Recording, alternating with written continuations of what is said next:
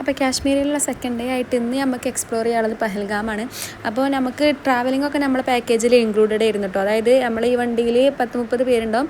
നമുക്ക് ഈ വണ്ടിയിൽ നമ്മൾ കറക്റ്റ് ഓരോ സ്ഥലത്തും പോയിട്ട് ആ ട്രാവൽ ചാർജ്, ട്രാൻസ്പോർട്ടേഷൻ ഫീസ് അതിൽ ഇൻക്ലൂഡഡ് ആയിരുന്നു. പിന്നെ അവിടുത്തെ ആക്ടിവിറ്റീസിൻ്റെ ചാർജ് നമ്മൾ സെപ്പറേറ്റ് അറിയണം. അപ്പോൾ നമ്മളിന്ന് പോകുന്ന പഹൽഗാമിലാണ് കഴിഞ്ഞ കാശ്മീരിൽ മറ്റേ വെടിവെപ്പൊക്കെ ഉണ്ടായത് കേട്ടോ. അപ്പോൾ ആ സ്ഥലത്തേക്കാണ് നമ്മൾ പോണത്. അപ്പോൾ ഇവിടെ ചെന്ന് കഴിഞ്ഞാലുള്ള 3 ഇതുകളാണുള്ളത്, ആക്ടിവിറ്റീസാണുള്ളത്. ഒന്ന് നമുക്ക് കുതിരപ്പുറത്ത് പോകാം, അല്ലെങ്കിൽ കഴുതപ്പുറത്ത്, അല്ലാന്നുണ്ടെങ്കിൽ മറ്റേ ഇലക്ട്രിക് ബൈക്ക് ഉണ്ട്.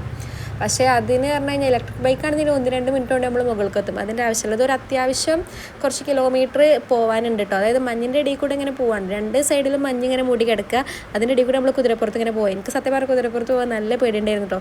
പിന്നെ കൂടെ ഉള്ളവരൊക്കെ മോട്ടറാക്കുകയും ചെയ്ത്, പിന്നെ എല്ലാവരും കുതിരപ്പുറത്ത് പോവുകയും ചെയ്ത്. അപ്പോൾ അങ്ങനെ എല്ലാവരും പറഞ്ഞത് ഇതൊരു നല്ലൊരു എക്സ്പീരിയൻസ് ആയിക്കാരം, ലൈഫിൽ ഒരിക്കലെങ്കിലും എക്സ്പീരിയൻസ് ചെയ്യണം. എക്സ്പീരിയൻസ് ചെയ്ത് കഴിഞ്ഞാൽ നമുക്കിത് ഒരിക്കലും ഇതൊരു റിഗ്രറ്റ് അടിക്കില്ല എന്നൊക്കെ പറഞ്ഞ് അങ്ങനെ എല്ലാവരും കയറിയപ്പോൾ ഞാനും കയറി. പക്ഷേ ബേസിക്കലി എന്താ വെച്ച് കഴിഞ്ഞാൽ ഇങ്ങനെ കുലുങ്ങണത് നമുക്ക് വലിയൊരു സുഖം ഉണ്ടാവില്ല. കാരണം ഇത് അത്യാവശ്യം ഒരുപാട് നടക്കാനും ഉണ്ട്. പിന്നെ ഈ കുതിരകളൊന്നും പറഞ്ഞത് കേൾക്കൂല. അതങ്ങനെ അതൊരു പോക്കിങ്ങനെ പോയി നമ്മളതിൻ്റെ പുറത്ത് ഇങ്ങനെ കുത്തിറക്കും. അതാണ് അവസ്ഥ. ചാടി കുലുങ്ങി മറ്റേ ഗട്ടറുള്ള റോട്ടിൽ കൂടെ പോണ പോലൊക്കെ അവസ്ഥയായിരുന്നു കേട്ടോ. അപ്പോൾ അതിൻ്റെ ഇടയ്ക്കൊക്കെ മരത്തുമതൊക്കെ മഞ്ഞുണ്ടെന്നുണ്ടെങ്കിൽ തലമുഖമൊക്കെ ചാടൊക്കെ ചെയ്യും കേട്ടോ. അപ്പോൾ എനിക്കും കുരുക്കളുടെ കൂടി കുതിരനെ നോക്കാൻ ഒരു ഭയമാണ് കേട്ടോ. പക്ഷേ സാധാരണ ഓരോ കുതിരക്കും ഓരോരുത്തരുണ്ടെങ്കിലുള്ള ഈ കുതിര ഒന്ന് പറഞ്ഞത് കേൾക്കുക. പക്ഷേ നമ്മൾ കുതിരയ്ക്ക് 2 കൂടി ഒന്നായതുകൊണ്ട് ഇത് പോണ വഴിക്ക് ഇങ്ങനെ പോവുമായിരുന്നു കേട്ടോ. പക്ഷേ ഈ കുതിരനെ പിടിക്കാത്ത ആൾക്കാരും ഉണ്ട് കേട്ടോ. കാരണം കുതിര ഫ്രീ ആയിട്ട് പോണവരുണ്ട്.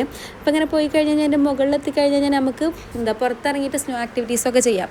സ്നോ ആക്ടിവിറ്റീസ് എന്നൊക്കെ പറഞ്ഞു കഴിഞ്ഞാൽ കാര്യമായിട്ടൊന്നുമില്ല, സ്നോ സ്ലൈഡിങ് അങ്ങനെയൊക്കെ കേട്ടോ. അപ്പോൾ പിന്നെ അവിടെ എത്തിയപ്പോൾ നമ്മൾ ഇറങ്ങി കുറച്ച് ഫോട്ടോസും വീഡിയോസൊക്കെ എടുത്ത്, അപ്പോൾ അങ്ങനെ കുറച്ച് നേരം മഞ്ഞിലൊക്കെ കളിച്ചിട്ട് നമ്മൾ തിരിച്ചു അതുപോലെ തന്നെ തിരിച്ചിറങ്ങാണ് വേണ്ടത്. എന്തായാലും നമുക്ക് അന്നത്തെ ദിവസം അതിന് മാത്രമേ സമയം കിട്ടിയിട്ടുണ്ടായിരുന്നു.